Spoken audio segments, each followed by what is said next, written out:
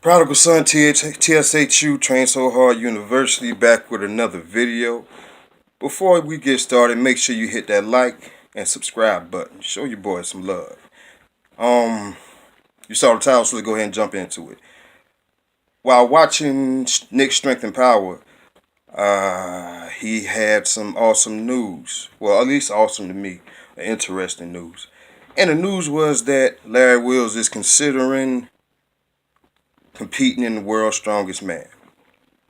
Now, one thing I want to say about him, besides all the obvious stuff, him being strong as hell at that young of an age, and him being a ripped up power lifter slash bodybuilder, which has never been seen before, or at least at that level, being the top body powerlifting and being able to compete at the same time, while still keeping or still being able to hit his PRs.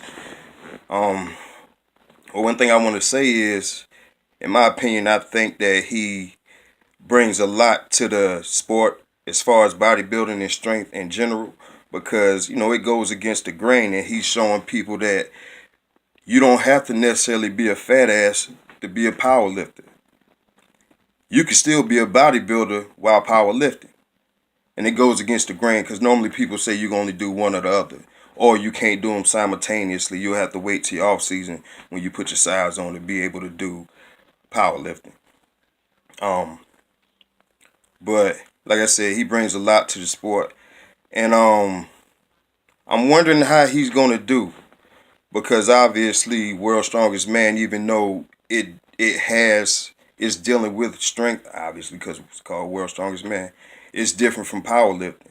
The different apparatuses that they have to use, it takes a different, how can I say this without sounding stupid as fuck? It takes a different, I guess, set of muscles. I'm pretty sure that's not right, so I'm gonna go ahead and scratch that. But it's just different, and I'm pretty sure you know that it's different.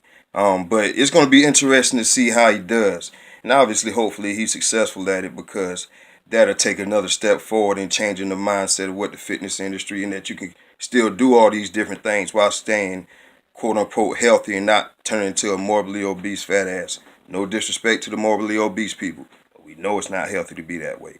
And I'm one of them that's trying to get out of that shit. But it's motivating to hear things like this. I think he'll do fairly well, because just being that damn strong in general, a lot of it has to be able to transfer into that sport of World's Strongest Man. And him getting the training over in Poland, it should do him some good. It's either 8 weeks or 8 months. It's one of them. But regardless of how long it is, if he could get the hang of it, I'm pretty sure he'll be pretty successful at it. Like I say, it's interesting, because the fitness industry lately has been boring as fuck, and he's one spark that at least he draws me in, and I'm pretty sure he draws a lot of other people in, because he has a pretty big following. But I hope that he does good. I hope he could go there and fucking dominate, because he's still in his early 20s, and he got plenty of time to perfect that shit.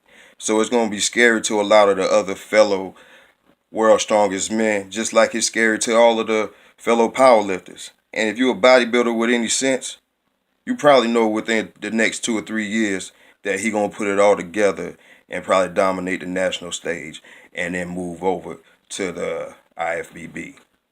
So he gonna be a triple crown motherfucker.